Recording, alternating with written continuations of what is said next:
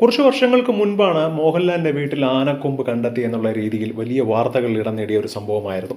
പക്ഷേ അതിനുശേഷം ആ കേസ് ഇപ്പോഴും നടന്നുകൊണ്ടിരിക്കുകയാണ്.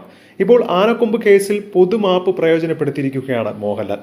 കൈവശമുള്ള ആനക്കൊമ്പിന്റെയും ആനക്കൊമ്പ് കൊണ്ടുതീർത്ത കരകൗശല വസ്തുക്കളുടെയും കണക്ക് ഇപ്പോൾ കൈമാറി. മോഹൻലാലിന്റെ കൈവശം ഉണ്ടായിരുന്നത് 2 ആനക്കൊമ്പുകളും 12 കരകൗശല വസ്തുക്കളുടെയും കണക്കാണ്. ഹൈക്കോടതി നിർദ്ദേശപ്രകാരം വന്യജീവികളുമായി ബന്ധപ്പെട്ട വസ്തുക്കൾ ഏതെങ്കിലും കൈവശം വച്ചിരുന്നവർ നിയമ നടപടി നേരിടുന്നുണ്ടെങ്കിൽ അവർക്ക് ഇതുമായി ബന്ധപ്പെട്ട കണക്ക് വൈൽഡ് ലൈഫ് വാർഡന് സമീപിച്ച് കേസിൽ നിന്ന് വിടുതൽ സ്വീകരിക്കാമെന്ന നിർദ്ദേശമായിരുന്നു ഹൈക്കോടതിയുടേത്.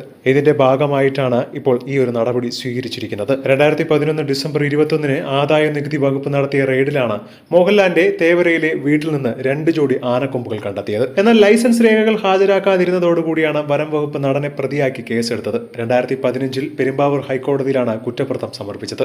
എന്നാൽ ഇതിനു പിന്നാലെ ആനക്കൊമ്പുകൾ കൈവശം വയ്ക്കാനുള്ള ലൈസൻസ് നൽകി സർക്കാർ ഉത്തരവിറക്കിയിട്ടും പിന്നീട് ഈ ലൈസൻസ് ഹൈക്കോടതി റദ്ദാക്കുകയായിരുന്നു. സർക്കാർ നടപടി ചോദ്യം ചെയ്തുള്ള ഹർജിയിലായിരുന്നു ഹൈക്കോടതിയുടെ ഈ ഒരു ഉത്തരവുണ്ടായിരുന്നത്. അങ്ങനെയാണ് ഒടുവിൽ ഈ ഒരു കേസിൽ ഇപ്പോഴിതാ മോഹൻലാല് പൊതുമാപ്പ് പ്രയോജനപ്പെടുത്തി രംഗത്ത് വന്നിട്ടുള്ളത്.